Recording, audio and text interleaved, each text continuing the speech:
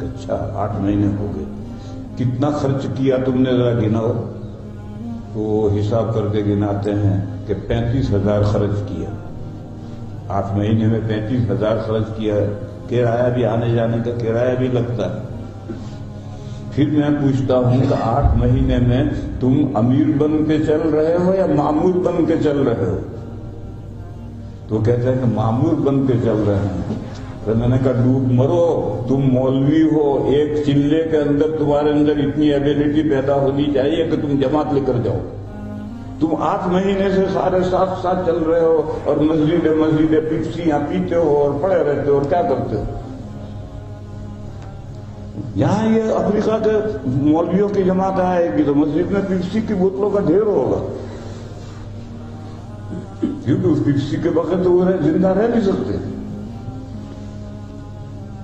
تو 8 مہینے ہو گئے، مولوی ہے، ایک چلہ تو اس کی تربیت کے لیے چاہیے، ایک چلے کے بعد میں اسے 10 آدمیوں کی جماعت سپرد کرو کہ یہاں روٹ پر لے جاؤ اور 40 دن میں ان کو دین سکھا کے لا، اور 40 دن کے بعد آئے گا ہم کارگزاری سنیں گے کیا شکایت تم نے۔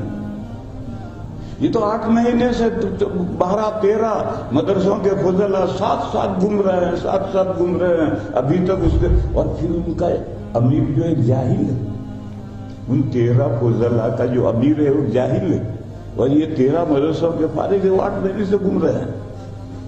تو میں نے ان سے کہتا ہوں ڈوب مرو، تم مولوی ہو، 8 مہینے میں بھی تم معمور بن کے چل رہے ہو، ابھی بن کے چلنے کی صلاحیت نہیں پیدا ہوئی۔ رہ گئی رسم ازا، روح بلالی نہیں رہی، کام رہا نہیں ہے، کام لینے کا طریقہ کچھ نہیں رہا۔ اس لیے میرے بھائیوں ڈیوائیڈ کرنا ضروری ہے۔ 6 نمبر پر لائے، 6 نمبر پر جو آ گئے اب ان کو آگے بڑھاؤ۔ یہ فضائل کے ذریعے سے لائے، اب مسائل میں لے جاؤ۔ حضرت مولانا قدس سرہ نے فرمایا تھا یہ تو میرے کام کی بسم اللہ ہے، تو بسم اللہ میں کب تک رہو گے؟ آگے کبھی بڑھو گے نہیں بڑھو گے؟ پھر آج تو کیا ہے، جماعت آئی، 10 آدمی ہے، 10 کے 10 بہترین اللہ کے نیک بندے نظر آ رہے ہیں۔ ارے بھائی تم سب ساتھ کیوں گھوم رہے ہو؟ 10 کے 10 حاجی صاحب ہیں، بڑی شاندار داڑھی، نماز روزے، ہاتھ میں تسبیح، 10 بندے جماعت میں ایک ساتھ گھوم رہے، ابھی تم ساتھ کیوں گھوم رہے ہو؟ ہر ایک کو 10 آدمی دو جن کو دین سکھا کر لائے، اس کو دوسرے 10 دو، اس کو دوسرے 10 دو، اس کو دوسرے 10 دو، تو 100 آدمی تیار ہو جائیں گے۔ یہ تو 10 نیک بندے ساتھ گھوم رہے ہیں۔ ارے بھائی نیک بندے ساتھ کیوں گھوم رہے ہو؟ صرف گھومنا کا نام ہی تبلیغ ہے؟ کس کو تبلیغ کر رہے ہیں؟ تمہاری دعوت، تمہاری تعلیم میں تو کوئی بیٹھتا نہیں، اور تم خود سنورے ہوئے ہو تو اپنے آپ کو بھی تبلیغ نہیں کر رہے اور لوگ تمہاری سنتے بھی نہیں۔ اور 10 دو کہ ان 10 کو تیار کر کے 40 دن میں لاؤ، اور پھر ان کی کارگزاری سنو کہ کیا کر کے لائے ہیں، یہ سنو دیکھو۔ تو کام کا طریقہ یہ ہے، اب تو تبلیغ میں بس خروج اور نکلو اور گھومو، بس نکلو اور گھومو، اسی کا نام دین ہے۔ میرے بھائیوں، مولانا جیا صاحب نے یہ کام اس طرح نہیں شروع کیا تھا۔ میں حضرت مولانا جیا صاحب کا زمانہ تو پایا ہوا نہیں، لیکن مولانا یوسف صاحب علیہ رحمہ کا سارا زمانہ میں نے پایا ہے، اور میں شروع سے واقف ہوں کہ جماعت کا کام کس طرح شروع ہوا تھا اور بگڑتا بگڑتا اب کہاں سے کہاں پہنچ گیا۔ جب علماء جماعت کے کام پر اعتراض کرتے ہیں تو جماعت والے کہتے ہیں چلہ لگاؤ، پھر بعد میں خود ہی سمجھ میں آئے۔ اس کا مطلب ان کے پاس جواب کچھ نہیں ہے۔ دلیل دیکھو، قرآن کریم میں 4 فرقوں سے محاجہ ہے، جھگڑا ہے، ان کے دلائل کے اعتراضات کے جوابات۔ 4 کیا ہیں؟ مشرکین، یہود، نصارہ اور منافقین، آستین کے سانپ۔ ان 4 فرقوں کا مجادلہ ہے قرآن میں، آدھا قرآن بھرا پڑا ہے ان کے اعتراض کا جواب دینے سے۔ قرآن یہ کہہ دیتا کہ پہلے مسلمان ہو جاؤ پھر خود سمجھ میں آ جائے۔ یہ کیا بات ہوئی؟ یہ تو مسلمان نہیں ہے، یہ تو مشرک ہے، یہ تو یہود ہیں، یہ تو نصارہ ہیں، یہ تو منافقین ہیں. ان کے اعتراضات کے قرآن نے جوابات دیے ہیں. تبلیغ والے جوابات نہیں دیتے، وہ کہتے پہلے چلا لگاؤ پھر جواب سمجھ میں آئے. چلا تو کوئی لگاتا جب تک اس کی سمجھ میں نہیں آئے گا، اس کا ذہن نہیں بنے گا تو چلا کیسے لگائے گا؟ اور چلا نہیں لگائے گا وہاں تک اس کی سمجھ میں نہیں آئے گا. اس کے نتیجے میں آج کل مدرسوں میں نہیں بلکہ مسجدوں میں اور جماعتوں میں بڑی سخت کشمکش شروع ہو گئی پوری دنیا میں. تبلیغ والے کہتے ہیں کہ مسجدیں ہماری پراپرٹی ہے، ہم مسجدوں میں ٹھہرتے ہیں، مسجدوں میں ہم سوتے ہیں، لہذا مسجد ہماری پراپرٹی ہے. اور امام صاحب کہتے ہیں میں امام ہوں، مسجد میری پراپرٹی. یہ جھگڑا شروع ہو گیا. اس وقت پوری دنیا میں یہ جھگڑا شروع ہو گیا ہے کہ تبلیغ والے کہتے ہیں مسجدیں ہماری ہیں، مسجدوں کی ہماری پراپرٹی ہماری چلے گی. امام کہتا ہے مسجد کا امام میں ہوں، میری چلے گی. یہ جھگڑا بہت آگے بڑھ گیا ہے. یہاں تو اس ملک میں تو نہیں ہے، ہندوستان میں تو بہت آگے بڑھ گیا ہے. تو خیر یہ تو بات دوسری طرف گئی. میں تو یہ کہہ رہا تھا کہ یہ تبلیغ ہے، یہ ایلڈر کی تعلیم ہے.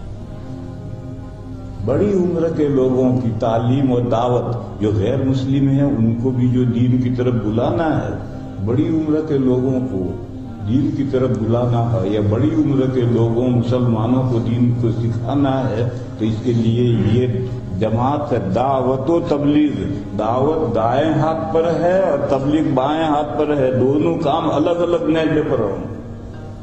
جو جماعتیں گھوم رہی ہیں وہ کہتے ہیں ہم ہی دعوت کر رہے ہیں، ہم ہی تبلیغ کر رہے ہیں. دونوں کام ساتھ نہیں ہو سکتے. اور پھر یہ 6 نمبر ہیں، جب 6 نمبر سے فارغ ہوئے تو 7ویں نمبر آگے بڑھاؤ. فضائل جب پورے ہو جائیں تو مسائل کی طرف لے جاؤ، آگے بڑھاؤ. یہ تو انہی 6 نمبروں میں فضائل میں گر کر رہ گئے، آگے مسائل ان کو پتہ ہی نہیں. حلال و حرام کو تو بتاتے ہی نہیں، حلال و حرام کو تو بتاتے ہی نہیں. اسی لیے جو جماعت میں لوگ ہوتے ہیں وہ حاجی صاحب ہیں اور دکان میں کاروبار کرتے ہیں تو حلال حرام کا کوئی خیال نہیں کرتے، تو لوگ اعتراض کرتے ہیں کہ یہ تبلیغ میں جاتے ہیں اور حلال و حرام کا خیال نہیں کرتے. تو مسائل کچھ تو بتلانے پڑیں گے بھائی.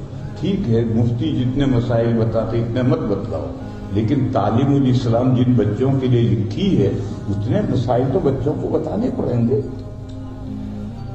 سارا در مختار جتنے مسائل مت بتاؤ، لیکن جو بچوں کے لیے تعلیم الاسلام لکھی ہے تو اتنے مسئلے تو بچوں کو بتانے پڑیں گے. تو جو جماعت میں 40 دن کے لیے نکلے گا اور وہ ایک چلہ دیا، 2 چلے دیے، 6 نمبر سیکھ گیا، تو اب اگلے چلے میں اسے مسائل سمجھاؤ. اور تعلیم الاسلام جتنے مسائل سمجھاؤ سارے مت سمجھاؤ. بہرحال کام بگڑ گیا ہے.